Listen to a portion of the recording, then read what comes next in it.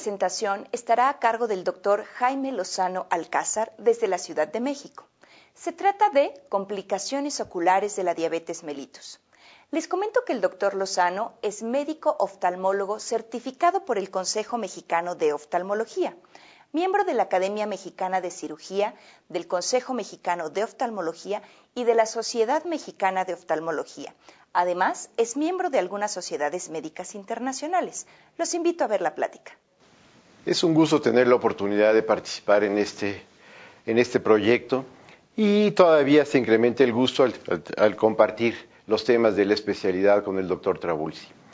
Vamos a hablar ahora de las complicaciones oculares de la diabetes mellitus. Soy Jaime Lozano Alcázar, cirujano oftalmólogo.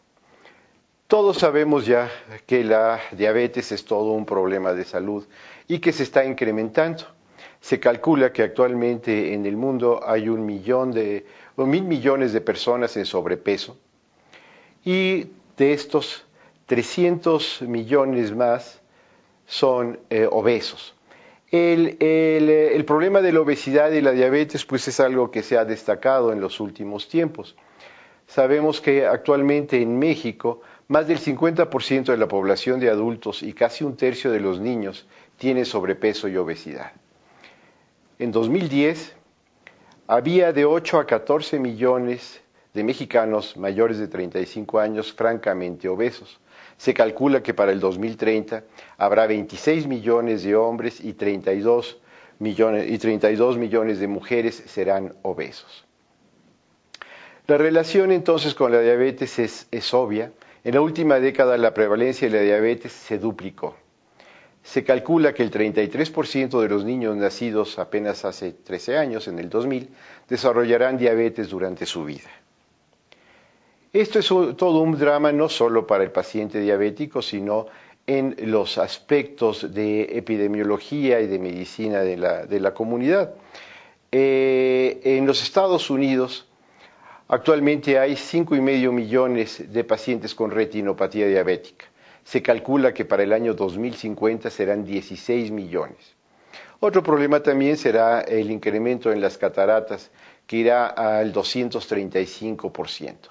Y estos problemas son mayores en los hispánicos, como nos llaman en los Estados Unidos. El drama también es en cuanto a los costos. Un paciente con retinopatía diabética no proliferativa causa 63% más de gastos que si no la tiene. Y por otro lado, si el paciente tiene ya una retinopatía diabética proliferativa, los gastos se incrementarán 400%. Sin mencionar las otras complicaciones que se nos pueden presentar en la diabetes que iremos viendo poco a poco. Para el médico general, el médico de primer contacto, es muy importante saber que la primera manifestación de la diabetes, incluso antes de que aparezcan la famosa polidipsia, poliuria y polifagia, son cambios en la refracción del ojo. Cuando sube los niveles de glucosa en el cristalino y en los demás medios refringentes del ojo, el paciente va a tener una miopización. Como esto sucede por lo general en personas ya de cierta edad, en personas mayores, no notan que ha disminuido su agudeza visual lejana, pero perciben que ahora pueden ver bien de cerca sin necesidad de anteojos. Suponemos que son mayores de 40 años, que eran hemétropes y que ya necesitaban anteojos para leer. Entonces se ponen muy contentos con que ahora ya pueden ver de cerca sin necesidad de anteojos, aunque notan que hay unos días en que pueden hacerlo y otros días en que no pueden hacer esto. Esto va en relación, desde luego, con los cambios en los niveles de glucosa que tienen en todo el organismo en realidad. Al estar alta la glucosa, se van a miopizar y entonces van a poder ver de cerca. Cuando se detecta la diabetes y se les dan hipoglicemiantes orales, por ejemplo, sucede lo contrario, se depletan las cifras de glucosa en los medios refringentes del ojo y entonces el paciente tiene un periodo de hipermetropización. Entonces ni con sus anteojos de cerca puede alcanzar a leer con comodidad. Obviamente esto se podría resolver recetándoles anteojos para manejar este problema, pero es algo que es inútil, puesto que todo esto se va a regresar a sus niveles normales o a sus niveles anteriores de refracción cuando ya se esté adecuadamente controlada la diabetes. Entonces lo que se tiene que hacer en estos casos es simplemente tranquilizar al paciente y dejar que pase un tiempo para que regresen las cosas a sus niveles habituales. Empezando ya con las complicaciones propiamente de la diabetes. Una de las complicaciones tempranas más frecuentes son las parálisis de los nervios craneales. Aquí tenemos un ejemplo de una parálisis del sexto nervio craneal izquierdo. Observen ustedes cómo se ha pedido al paciente que voltee hacia la izquierda. El ojo derecho puede excursionar adecuadamente o incursionar adecuadamente, para emplear el término más correcto, mientras que el ojo izquierdo no puede hacer la abducción. Acá tenemos un ejemplo de una parálisis de tercer nervio craneal derecho, en que el ojo de ese lado está imposibilitado para hacer una serie de movimientos, porque recuerden que el tercer nervio inerva a la mayor parte de los músculos extraoculares. Esta es una parálisis incompleta, puesto que el paciente no tiene una ptosis palpebral, que forma parte del cuadro habitual en las parálisis completas. También en cuanto a aspectos motores del ojo, el paciente diabético puede tener una oftalmoplegia supranuclear.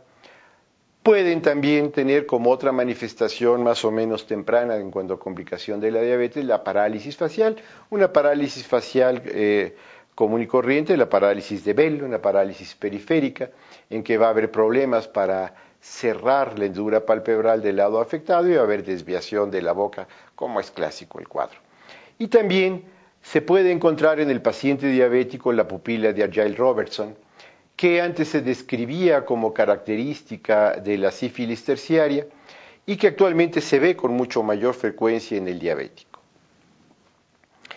El diabético pues va a estar sometido a una facilidad para procesos infecciosos, entonces no es raro que cursen con una conjuntivitis bacteriana, como tenemos aquí el ejemplo, o úlceras corneales.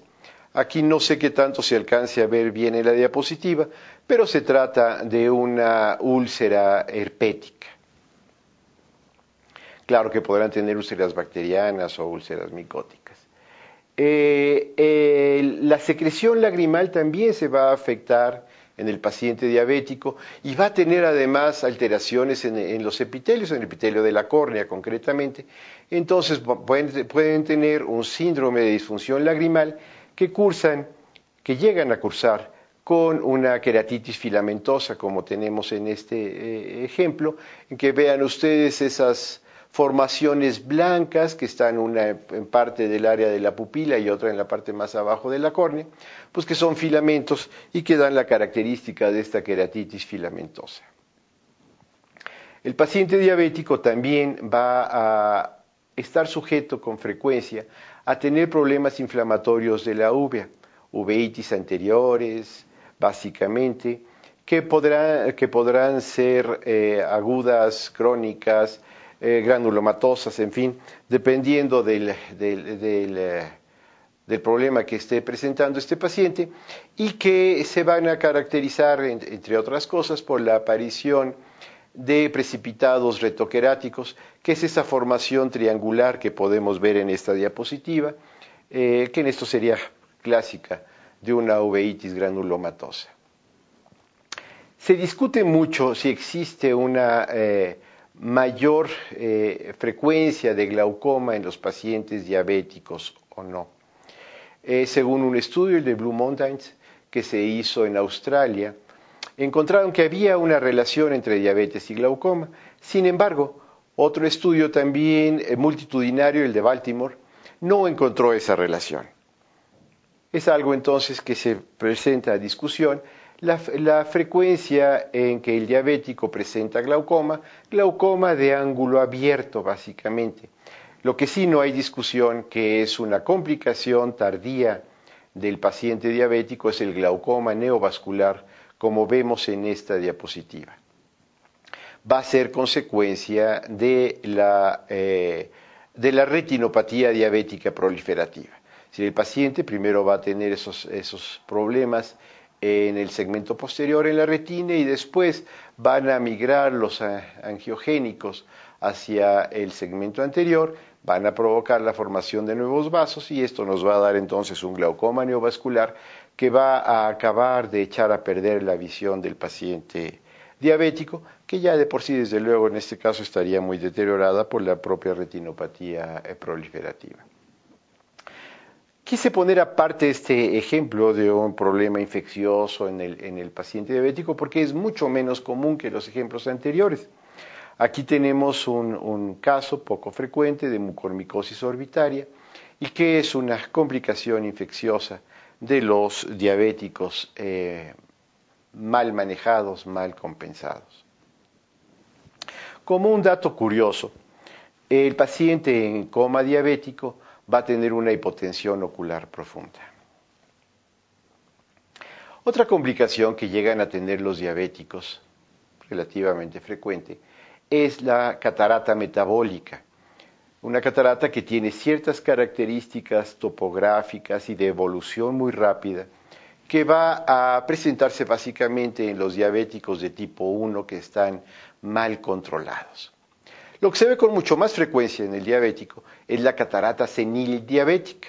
Se va a presentar ya en los adultos mayores y va a tener las características topográficas de una catarata senil común y corriente, pero va a aparecer más tempranamente en el paciente diabético y va a avanzar más rápido.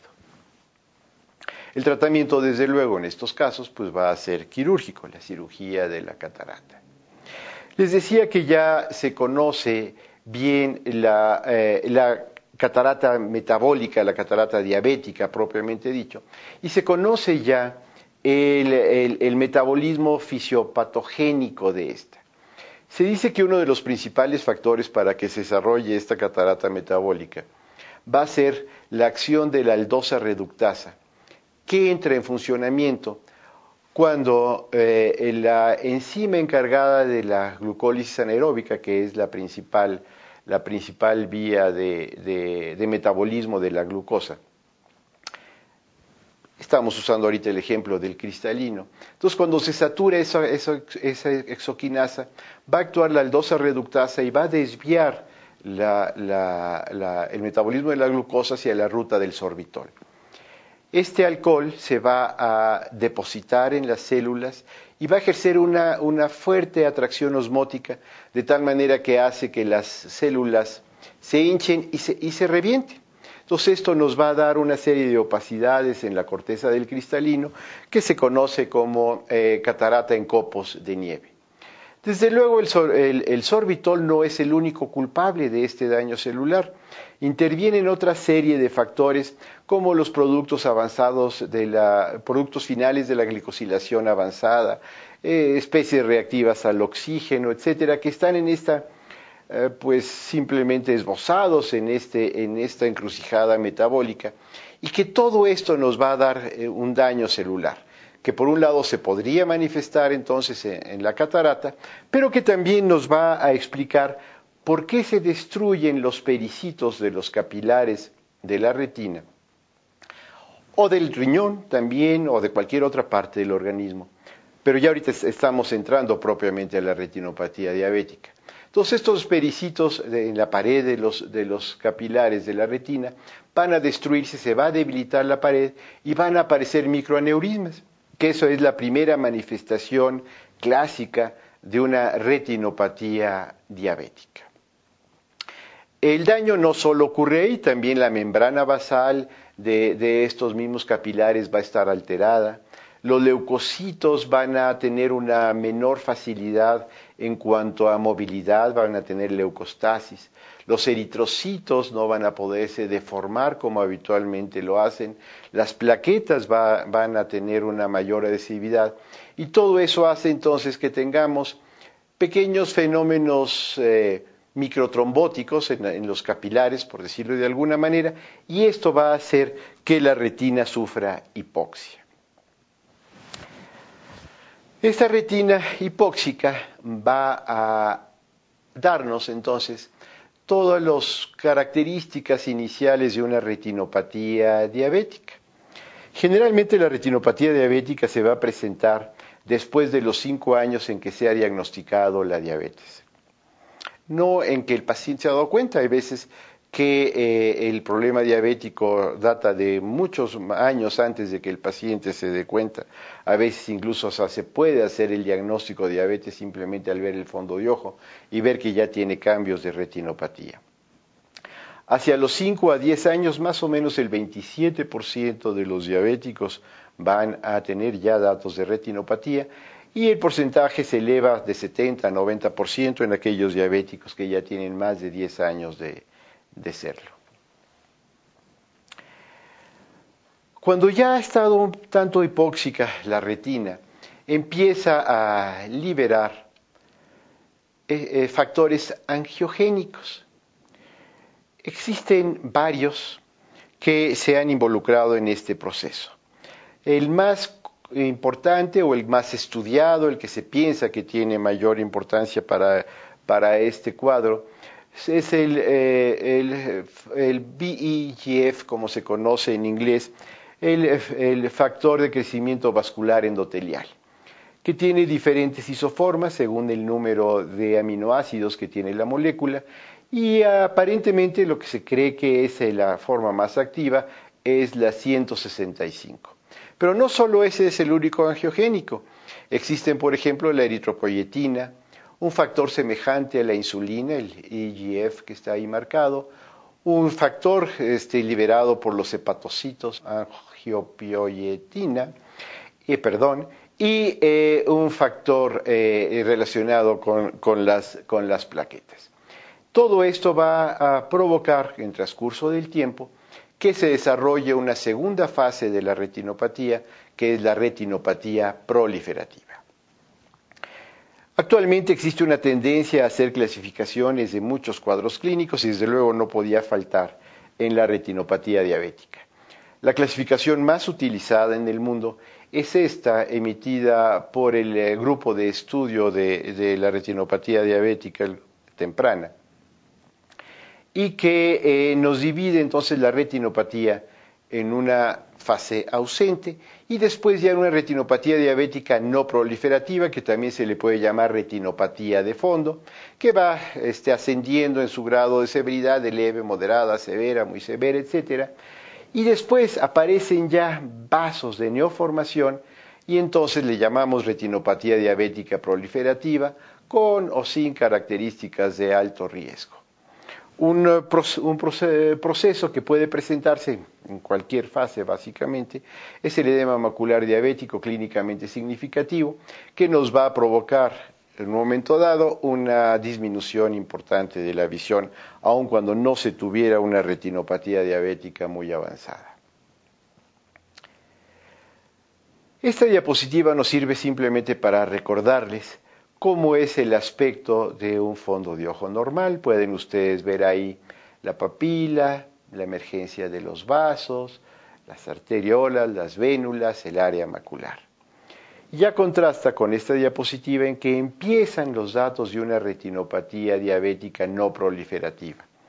Esas pequeñas manchas blanquecinas que ven ustedes ahí son los exudados duros, y las manchas rojas redondeadas que se ven ahí corresponden a microaneurismas, que ya decía que es lo primero que se manifiesta habitualmente, y también a hemorragias retinianas profundas, que son características de la retinopatía diabética.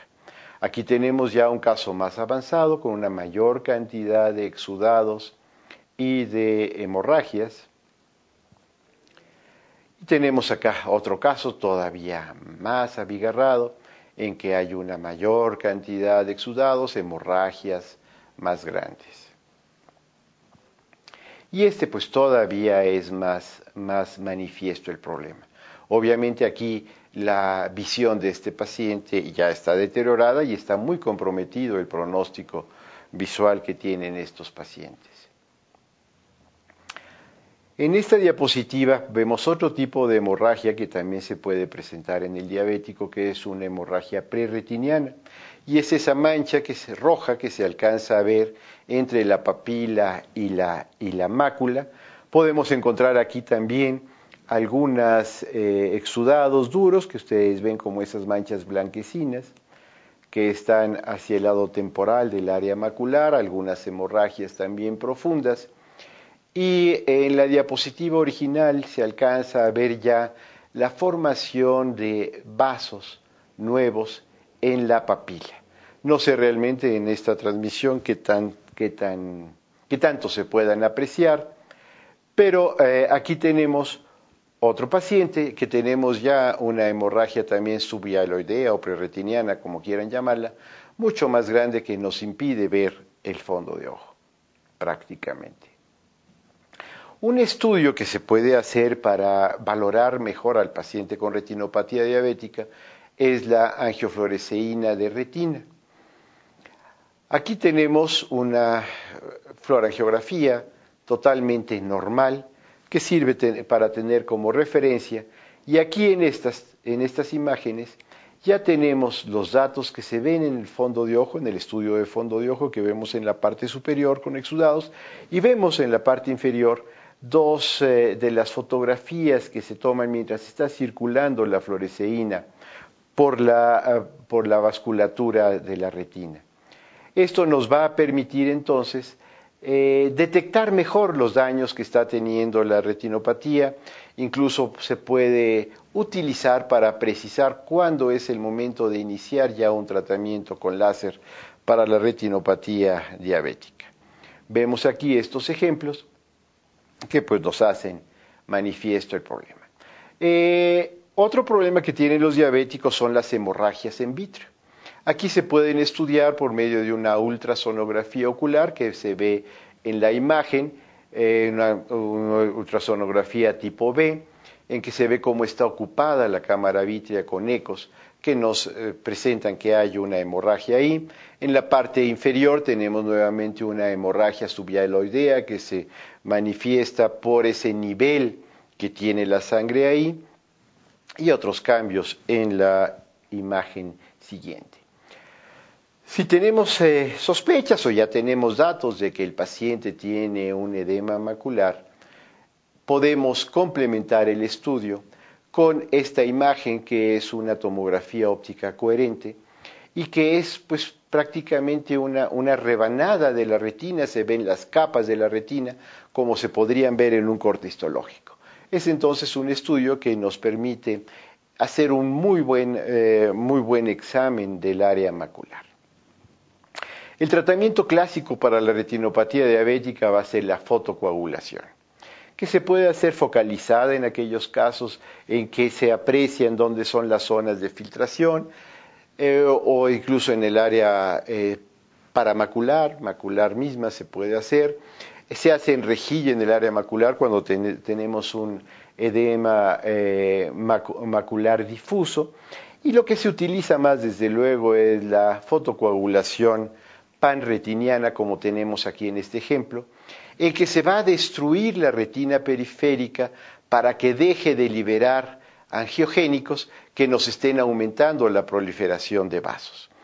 Un ejemplo pues un tanto sádico podríamos decir que es como si en una ciudad hubiera problemas para abasto de agua, entonces, y ya no se puede traer más agua a esta ciudad, entonces pues lo que se podría hacer sería destruir a la población de la periferia para que la población del centro de esta ciudad tuviera suficiente agua.